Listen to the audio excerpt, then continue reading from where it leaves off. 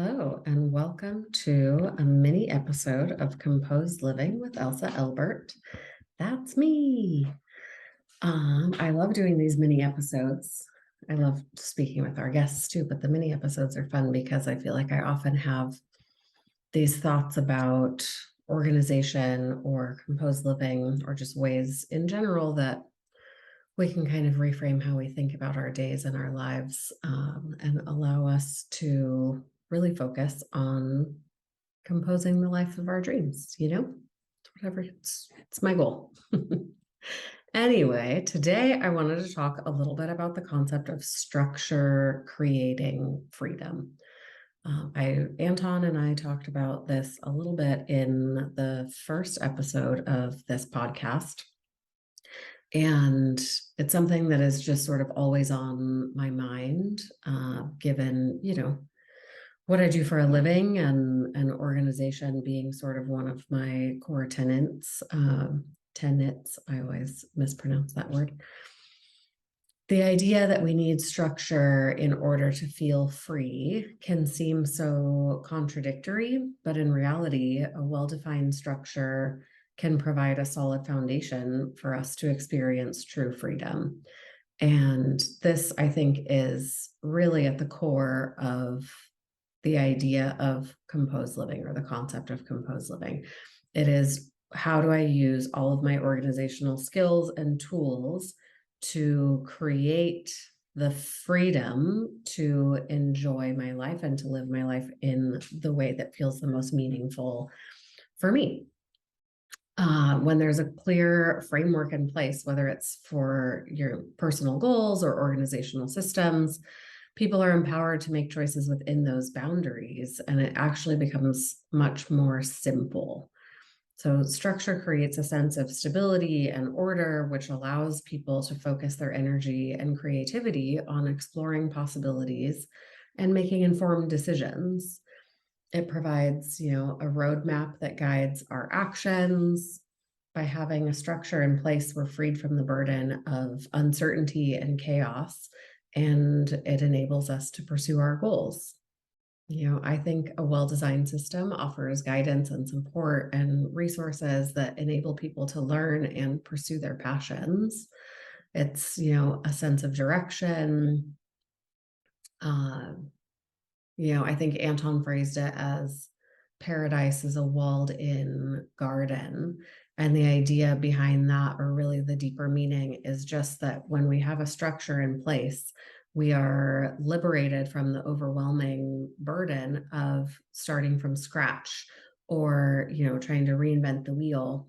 We can actually leverage existing systems and knowledge and best practices in a way that really becomes a catalyst for innovation and creativity and exploration. And it just gives us a base where we can feel safe and secure. And from that place, we're able to kind of push the boundaries of our lives. In yoga, we do this. We hold poses that are so structured and so nuanced, because, at some point that becomes the place from which your body sort of starts to like ease into it. And at the end, after all that hard work and creating all these structured poses, you get to just relax and have this glorious Shavasana moment where your whole body feels balanced and able to rest. What else do I want to say on this topic? I just think it's so cool. I've heard so many people talking about this lately. I love listening to the Marie Forleo podcast. And I think it was maybe Matthew McConaughey was her guest, and they were talking about this idea too of this, having structure in place to create space for freedom. Also on the Rich Roll podcast, he was talking with Neil Pasricha, who I thought was such a cool person and a great episode to listen to. And that was all about, using rules to create freedom.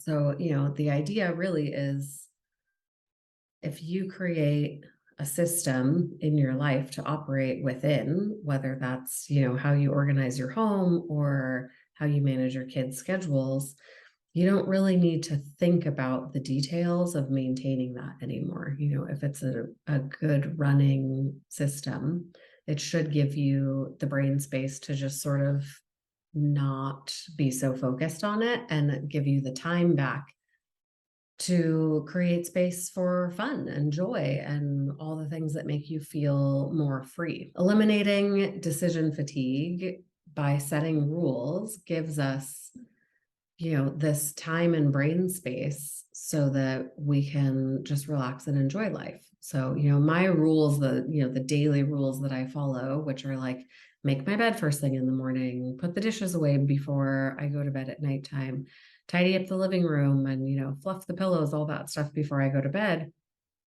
I do all of those things now without really thinking about them. But once it's done, I don't have to think about it again for the rest of the day, and I know that I'm setting myself up for a great morning where I can just sit and relax and have coffee or meditate. And I'm not focused on the kitchen being dirty or, the living room doesn't look like an inviting place for me to go enjoy my coffee because, I didn't take the time to, operate within that structure the evening before. I think it's the same concept of, creating schedules and to-do lists is like you get the busy work sort of out of your brain and onto paper so that you don't have to think about it anymore. You live somewhere and you can come back to it when you need to. But, we're living now in a world where we have to schedule our downtime. We have to schedule time in nature or time for creativity. And these are really the things that allow us to recharge and where our best ideas come from. And it's really, where we're refueling our happiness tank, so to speak. So that being said, I think it's really important that we are creating a structure that allows for fun and play. And if that means that we have to write it into our calendars or have a weekly standing date for ourselves that is focused just on the freedom part, once you have that structure in place, then you have the luxury of just kicking back and relaxing and enjoying the moment. I have found, the more organized I get with things outside of our home and more about my life, like scheduling time for meditation every day or working out with a trainer because it holds me accountable, I will sacrifice other things in my life to make sure that that happens because I need to have scheduled exercise time. It's the only way that I will make it happen. And by creating that structure as a part of my weekly routine, then I have, I don't need to think about it anymore. I know exactly when it's going to happen. All I have to do is show up and work out for an hour and take care of my body and feel really good about that. So, all of that to say, if there are things that are important to you that you feel like the days are slipping by and you're not able to work those into your life, I really suggest creating a structure around that, even though it can feel a little clinical, like people talk about scheduling time to have sex or a weekend away, even if it's a staycation with their partner. It really is so important because otherwise it's so easy for the days and weeks and months to pass without having accomplished something that you wanted to do. Also I think downtime and time just for you to be alone and recharge or sit outside during the day and take in nature. It's so special to have those moments, and there's nothing wrong with putting that on your calendar and sticking to it. Give yourself the structure to enjoy freedom and creativity. And, even if I'm going to schedule 1 hour every Monday afternoon for myself to not do anything or just to read a book or whatever it is that is on your heart.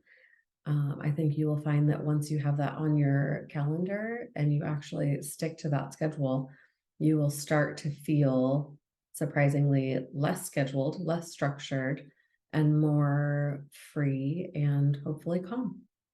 Anyway, that's it. Structure creates freedom. Thank you for listening. Thank you for all of your support in all of our composed living endeavors. And we'll talk soon. Bye.